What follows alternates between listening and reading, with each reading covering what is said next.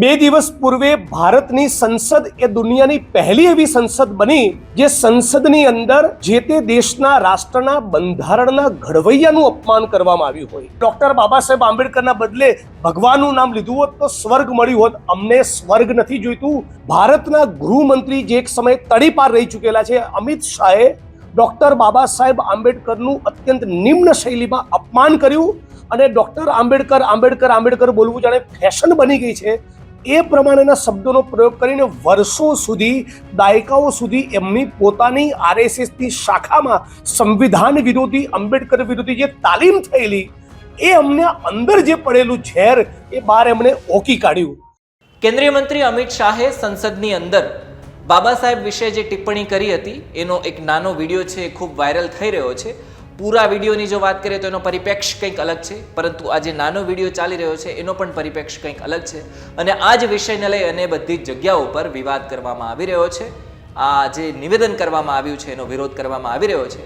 ત્યારે અલગ અલગ નેતાઓ છે વિપક્ષના એ અમિત શાહનો વિરોધ કરી રહ્યા છે.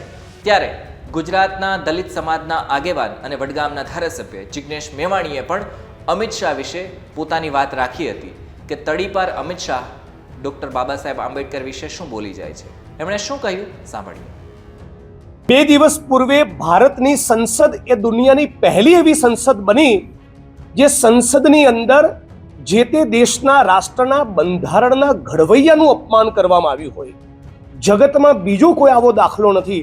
ભારતના ગૃહમંત્રી જે એક સમયે તડીપાર રહી ચૂકેલા છે અમિત શાહે ડોક્ટર બાબા સાહેબ આંબેડકરનું અત્યંત નિમ્ન શૈલીમાં અપમાન કર્યું અને ડોક્ટર આંબેડકર આંબેડકર આંબેડકર બોલવું જાણે ફેશન બની ગઈ છે એ પ્રમાણેના શબ્દોનો પ્રયોગ કરીને વર્ષો સુધી દાયકાઓ સુધી એમની પોતાની આરએસએસની શાખામાં સંવિધાન વિરોધી આંબેડકર વિરોધી જે તાલીમ થયેલી એ અમને અંદર જે પડેલું ઝેર એ બહાર એમણે ઓકી કાઢ્યું.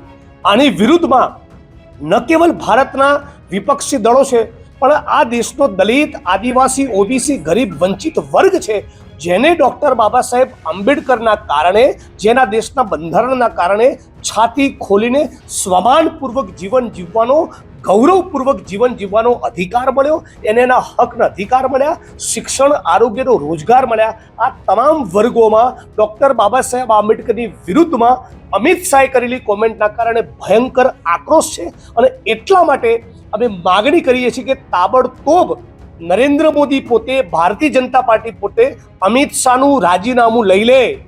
અમિત શાહના રાજીનામાથી ઓછું કશું જ અમને ખપવાનું નથી. અમે આ દેશના ઘડવૈયા, બંધારણના ઘડવૈયા બાબા સાહેબ આંબેડકરનું અપમાન કોઈ પણ સંજોગોમાં ચલાવવા નથી.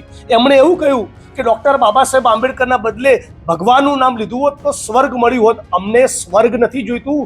જીવતે જીદ અમારી ઉઘાડી આંખે આ જ જન્મમાં અસ્પૃશ્યતાની નાબૂદી જોઈએ છીએ.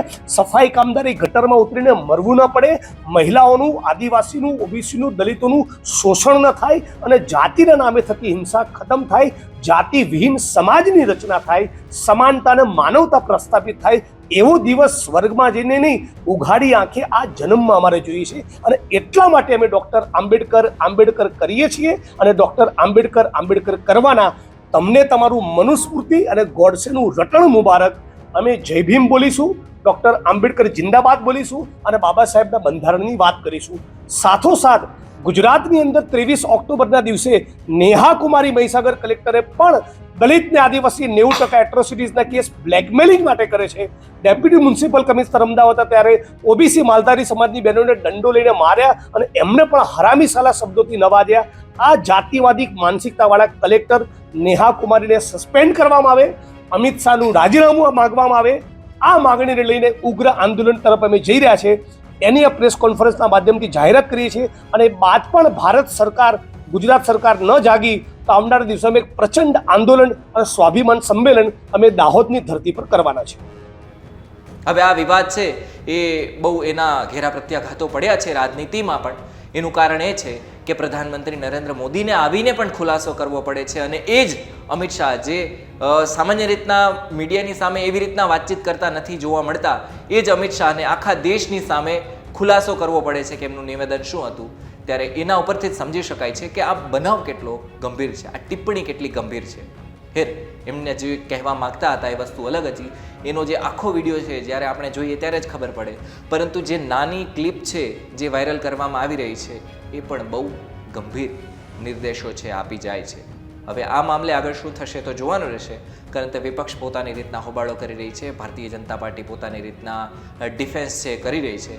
પરંતુ આ બધાની વચ્ચે લોકો આ વિષય પર શું વિચારે છે એ લોકો પાસેથી જાણવું છે કે તમારું આ બનાવ વિશે શું કહેવું છે, તમારું આ નિવેદન વિશે શું કહેવું છે. શું ગાંધી, શું નહેરુ, શું આંબેડકર અથવા તો કેટલાય સ્વતંત્ર સેનાનીઓ થઈ ગયા, ભગતસિંહ છે, એના સિવાય પણ બોઝ છે, આ બધા જનું નામ લઈ અને રાજનીતિ કરવામાં આવે એ કેટલી યોગ્ય છે? આ રાજનીતિથી પરે વ્યક્તિઓ છે અને એના નામની રાજનીતિ કરવામાં આવે અને જ્યારે આ પ્રકારનું ધમાસાણ છે એ સંસદ સુધી જોવા મળે તો એ કેટલું અયોગ્ય કહેવાય. તમારું જે કંઈ પણ કહેવું છે અમને કમેન્ટમાં લખીને જણાવજો. આભાર.